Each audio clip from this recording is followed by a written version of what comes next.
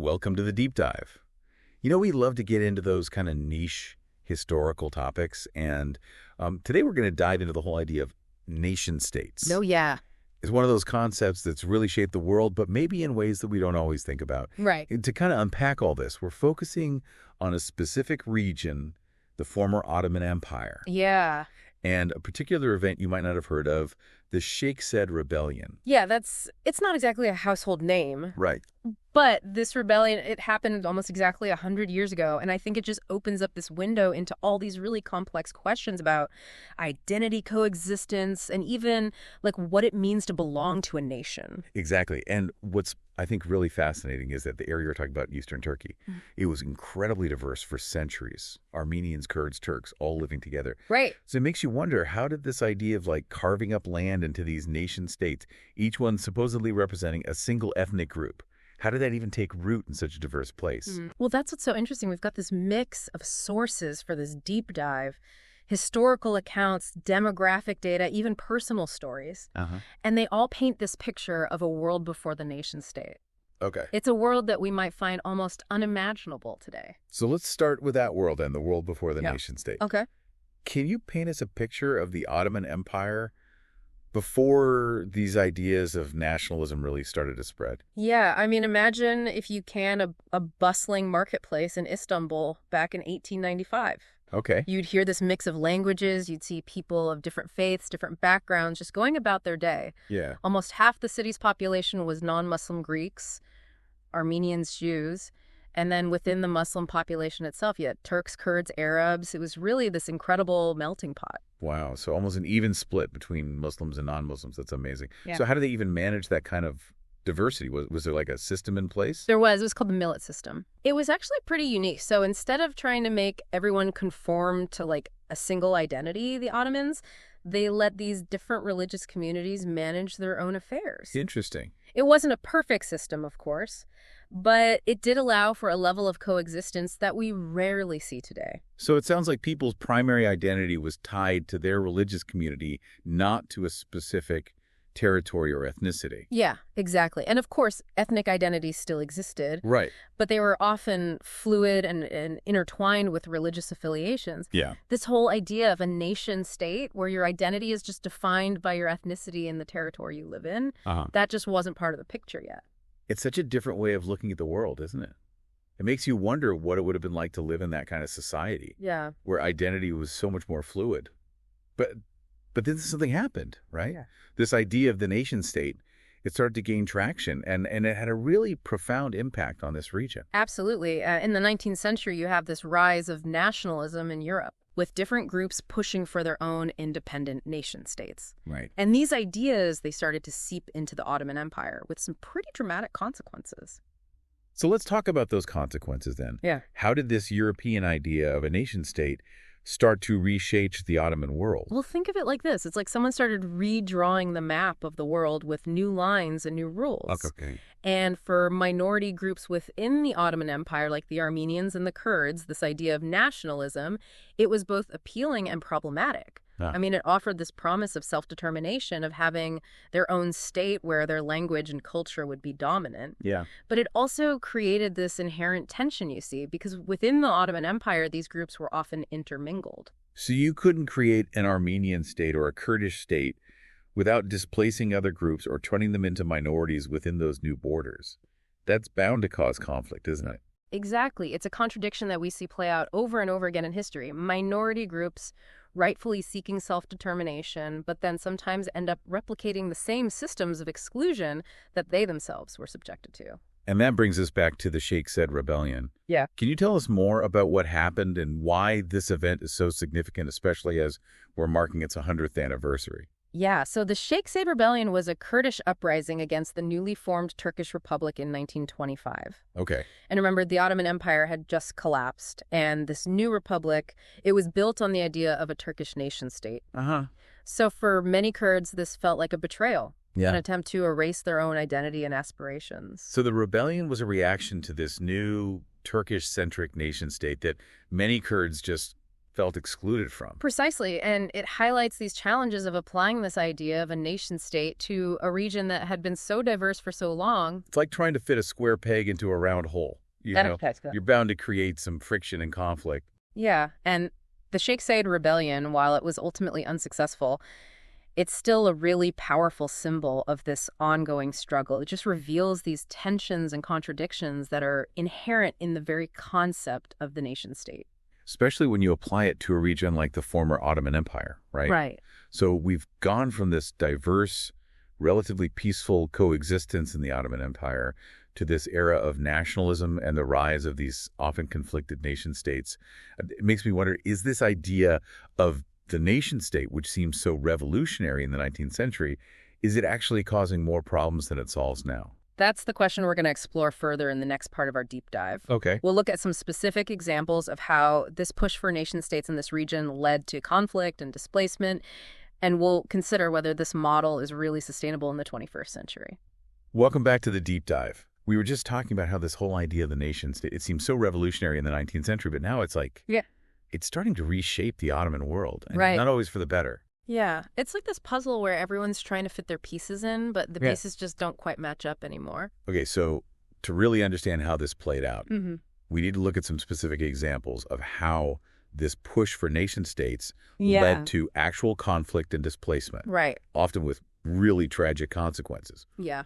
Where do we even begin? I mean, this region has seen so much upheaval over the past century. Let's focus on the Armenian experience. I think it's a prime example of how the promise of nationalism, that dream of self-determination, it can clash with the reality of a multi-ethnic region. Yeah, we talked about how Armenians, Kurds, and Turks, they had coexisted in eastern Turkey for centuries.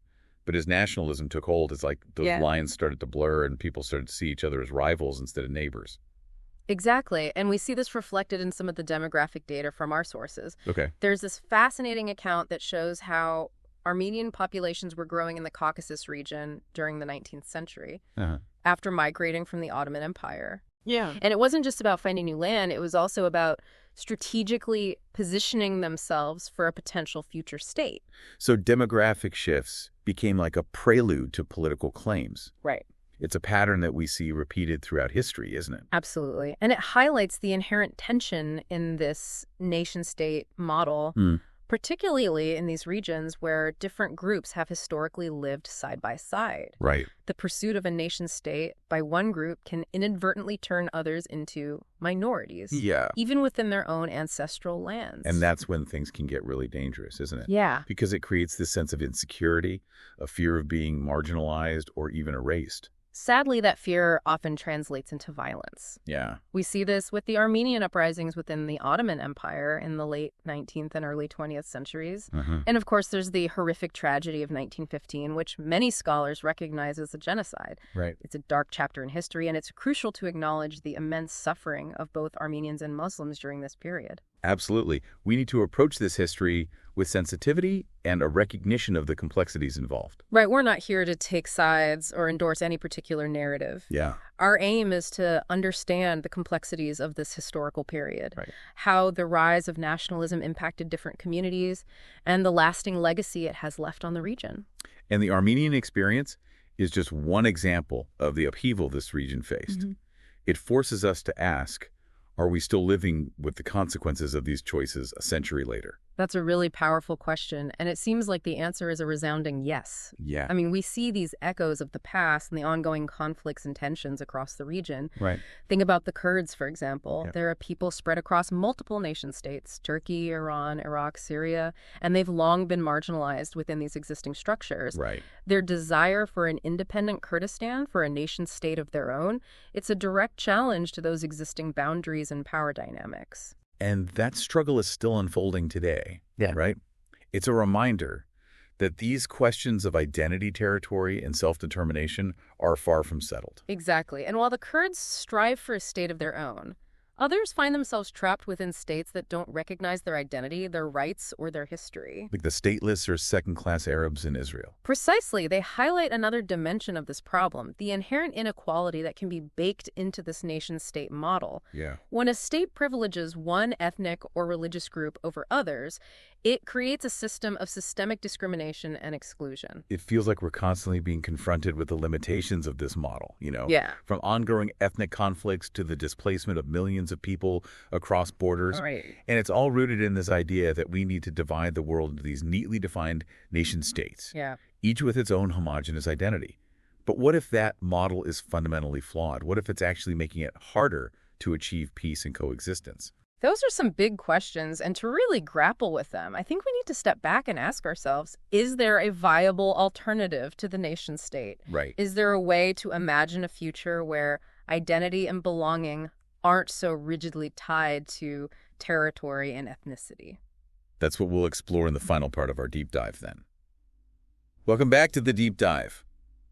So we've been unpacking this whole idea of nation states, and it's got me thinking, are we clinging to a system that's just past its expiration date? Yeah, I mean, it's a question a lot of people are asking these days, especially when you see these ongoing conflicts and tensions just flaring up all over the world. Right. And this nation-state model with its emphasis on, these fixed borders and this singular national identity, Yeah. it doesn't seem to be working for a lot of people. No, it really doesn't.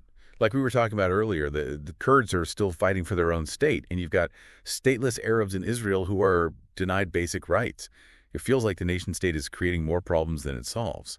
And the thing is, the world has changed so much since this whole idea first emerged back in the 19th century, We're so interconnected now with people and cultures constantly interacting across borders. Right. It's almost like the world has outgrown this idea of neatly dividing everything up into these separate little boxes. Yeah, it's like trying to fit a 21st century world into a 19th century model. Exactly. So if the nation-state isn't working, what's the alternative? Is there even a way to imagine a world without nation-states? Well, it's a tough question for sure, but I think it's one we have to ask. Yeah. Maybe the answer isn't about getting rid of nation states altogether, Huh? but about rethinking them, making them more flexible and inclusive. What do you mean by that? Well, think about that millet system we talked about earlier. Yeah. It wasn't perfect, but it did allow different religious communities to coexist and even govern themselves within the Ottoman Empire for centuries. Right. So maybe there are some lessons we can learn from that about how to create structures that actually accommodate diversity and shared sovereignty. So it's like today's debates about multiculturalism and minority rights. Yeah. Are there ways to recognize and protect different cultural identities within existing states without resorting to this kind of winner-take-all mentality of the nation state? It might mean rethinking citizenship, allowing for multiple allegiances or forms of belonging. Yeah. It might mean giving more autonomy to regions with distinct cultural identities. It might even mean exploring new models of transnational governance where power is shared across borders. It sounds like a pretty radical shift. It is. But maybe that's what we need, like redrawing the map, not with the lines that divide us, but with connections that bring us together. And it's not just about these abstract ideas, Right. It's about real people's lives, people who are marginalized, displaced, or denied basic rights because of this rigid adherence to this nation-state model. Yeah. I mean, think about the Sheikh Rebellion. 100 years later, we're still grappling with the legacy of that conflict, with this question of how to create a world where Kurds, Armenians, Turks, and all the other diverse communities in this region can just live together in peace and with mutual respect. So maybe this deep dive into the history of nation-states is really a call to action. Yeah, I think so. A challenge to imagine a different future. Right. One where our identities aren't so tightly bound to territory and ethnicity, and where coexistence isn't just a dream, but a reality. I think you've hit the nail on the head. This whole deep dive has been quite a journey, you know? From the bustling streets of 19th century Istanbul to the battlefields of the Sheikh Rebellion. Right. And it's left us with more questions than answers, I think. But that's okay. Sometimes the most important thing is to ask the right questions, to challenge our assumptions, and to be open to new possibilities. This has been an incredibly thought-provoking conversation. It has. We've covered a lot of ground, from the rise of nationalism to the inherent contradictions of the nation-state to the search for alternatives in this increasingly interconnected world. Right. But as always, the journey of understanding doesn't end here. No, it doesn't. We encourage you to explore the sources we've mentioned today, to delve deeper into this complex history, and most importantly, to just keep asking those tough questions about identity, belonging, and the future of coexistence, Yeah. What kind of world do we want to create? What models of shared sovereignty and mutual respect can we envision? Well, this deep dive was just the beginning. Thanks for joining us.